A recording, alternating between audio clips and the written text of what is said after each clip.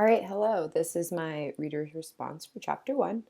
So the first question asked us to define, or how does Banks define multicultural education? So I pulled two quotes. Multicultural education is at least three things: an idea or a concept, an educational reform movement, and a process. And then later he goes on, or they go on to talk about it as school reform designed to increase educational equity for a range of cultural, ethnic, and income groups. I think their definition of kind of the three things makes the most sense, especially the idea of it being this process um, and a movement, a reform, something that's never done. I thought that was a really interesting piece of the discussion that this is never going to be complete. We're never going to get it right. There's never going to be a moment where we can just kind of like wash our hands of this idea and not have to continually do work because society is continuously changing and there's so much going on at one time and so many different groups involved that are ever changing and society is changing that at no point will multicultural education, that process, that movement be complete. There's never going to be a moment where we're going to say like, we did it, we're done. So I thought that was interesting and not, it resonated with me, but it was not something I had kind of thought about before. Excuse me. The next question was about the influence of the civil rights and women's rights movements. I pulled a very large quote to kind of just help remind myself, but really these movements set into motion subsequent movements. So the civil rights movement and the strides that were made through that movement set into motion the next wave because other marginalized groups saw the progress that was happening and thought that this is something that they need as well, right? That everyone deserves. So both movements were happening at similar times and they were inspiring other people to demand the same things because the education system and the society as a whole was not doing what it needed to do. So this growing rage and atmosphere led to change in multiple groups who saw what was happening and realized that this was the time, right? It really set into motion this wave of change.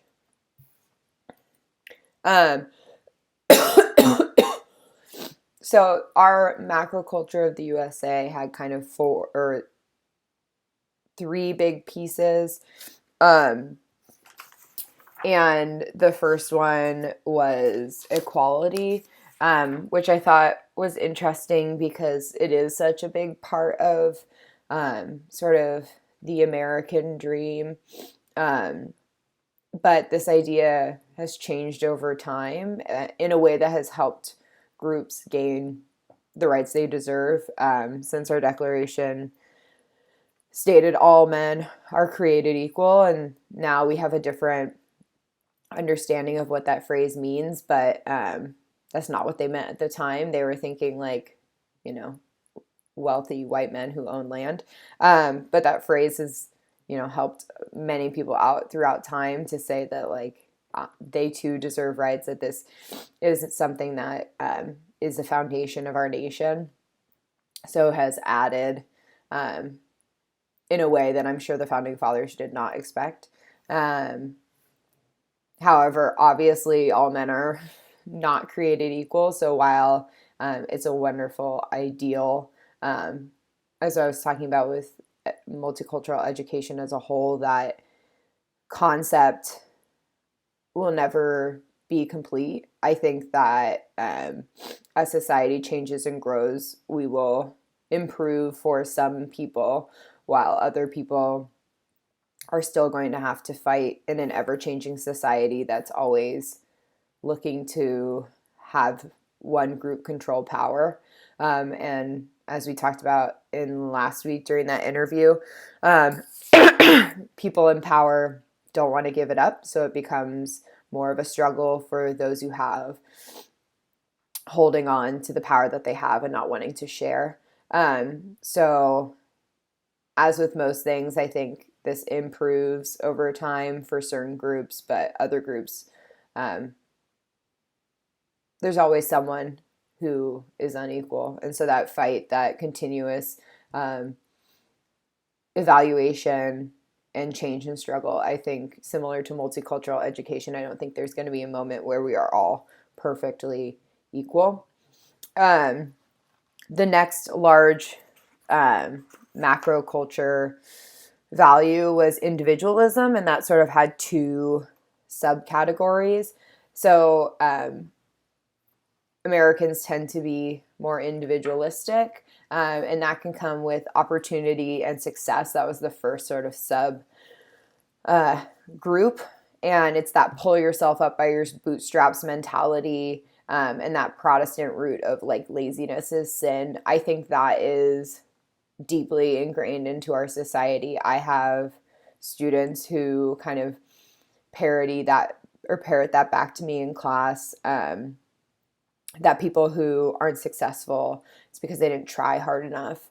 And we'll read different stories or poems about a variety of people and characters that aren't doing well or are in a tough situation. They still live with that, value of, well, if they just worked harder. So I think unlearning that is incredibly difficult because it is so ingrained into what Americans think being American is, that if you work hard enough, you can pull yourself up by your bootstraps. You can be anything you want to be. You can be president. Only if you work hard enough. And if you don't succeed, it's because you didn't work hard enough. You were lazy, and you didn't care, which is just not true. But I see that within the belief within the reality in my classroom.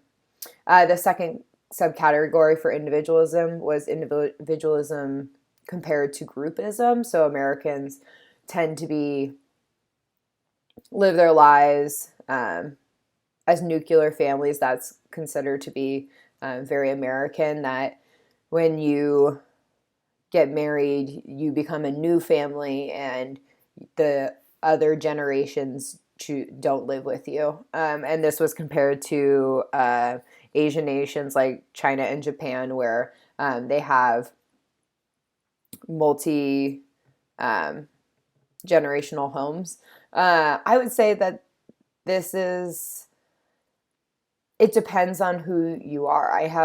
I know people who live with their parents, whose parents live with them. I think this isn't as common. I think it also has, if we're talking about like how these factors function together, I think it also depends on the amount of money, what class you would consider yourself. Those who have or would consider themselves in a higher class maybe more into this idea because it's a financial possibility, whereas those who are in lower classes, maybe it's not a financial possibility to send or to pay for an older relative to live in a home for other older people.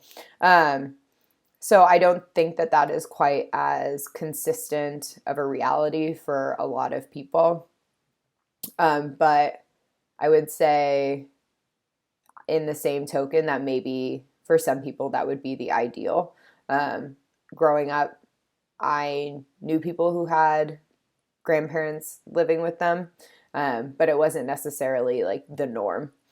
So while I think it is part of the macro culture of the United States, I don't think it's really consistent with the realities of our society.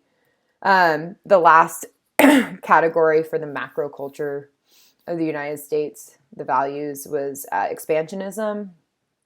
So these were like I think, most negative of the ones that were talked about, which was the desire to exploit nature, consumerism, and the belief in the nation's inherent superiority. And I think in a lot of ways, this is kind of consistent with the realities that I live in. I think that the consumerism issue is a big deal. If you look at just how a lot of people live their lives, myself included, we're always looking to get the next big thing, the next phone, the nicer pair of shoes. And I would say that a big part of our macro culture is that belief in like America is number one. I thought that was really interesting, especially as it led into that discussion of how the macro culture works with, but is separate than the microcultures that you're a part of.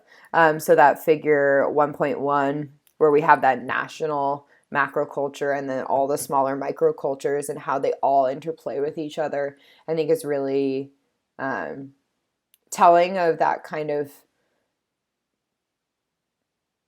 change between what the United States as a whole may be like, or the way it may come off to people who don't live in the country, or maybe the ideals that people are striving for, and the difference between that and the realities of the way people are living.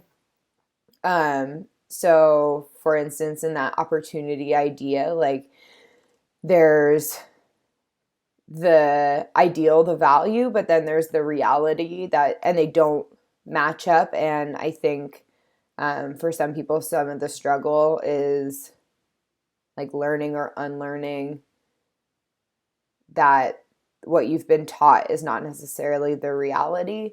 And I think schools play a big part in that, because as they were talking about in that section, schools teach these like big myths of Thomas Jefferson and Washington and Lincoln as these mythological creatures who just worked hard and got everything they ever wanted. And that's not taught in a myth way. It's taught in that's a truth. And so we're ingraining these things in the society, which is different from necessarily the reality. So social construct categories are things that are listed on the slide: gender, sexual orientation, race, social class, and exceptionality. And so belonging to a socially constructed group is determined by other human beings. Therefore, it's created by the society and the humans involved in where you are. So many times it can be determined by physical appearance, or physical characteristics. And these groups are ever changing with time and location. So one of the examples they gave was the gender role expectations in the 40s and 50s was dramatically different between classes. So upper middle class families felt like women should not be earning or like working and contributing to the income of the household, whereas working class families had the opposite belief, that it was sort of the expectation or the norm that the woman in the family would work and contribute to the income of that family. I thought that was really interesting. For some of these, the gender one especially was something that I had thought about before. But social class was really interesting to me because they mentioned so many different reasons why social class, or how social class is determined.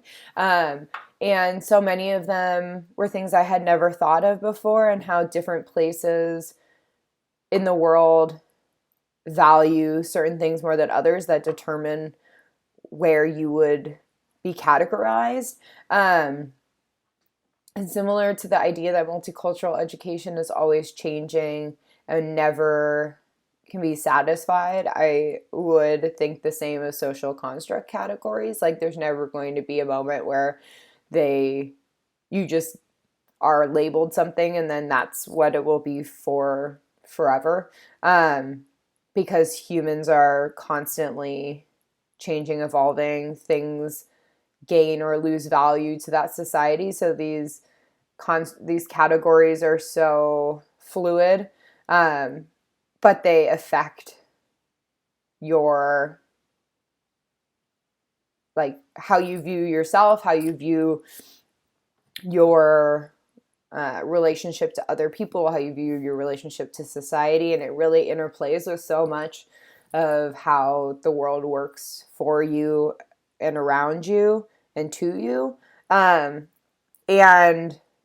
I thought they introduced sort of the ideas of how you can bring these things into your classroom, and how you can start kind of directing students' gazes to these concepts, because the things that you value or the things that society values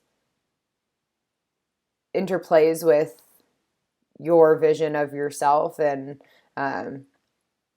how society is going to treat you. I thought the example was really interesting of the man with the person with a physical disability, they were missing one arm, and how in their university, in their college, this didn't affect them in any way, but going into a workplace, it affected whether or not they were hired for the job. And so that interplay between these different avenues has so many effects on people that may be fluid, and they change from place to place, and kind of re-evaluating what and how these groups that you've been placed in may be different than how you place yourself. And it's such a complicated issue. And as a teacher, they talk so much about, differentiating, and that you don't want to stereotype kids, but you might be able to make a probable decision about why maybe certain behaviors happen, or how you can support learning based on the groups that they're in. And I thought that was so interesting, but also maybe a slippery slope, in the way that I don't think it seems difficult to me to sort of do that or make those kind of judgments when talking about or learning about this topic. Makes me think that students may not categorize them the same way that other people would, outsiders would. And it just seems like such a challenge, especially when in most school systems, or at least the one that I work in, I have 6 periods of 40 students that are all incredibly diverse in all these different social construct categories. And some of them, it seems like such a challenge. But the reading was a great introduction to sort of all these different pieces. But has left me with a lot of questions, and a lot to process.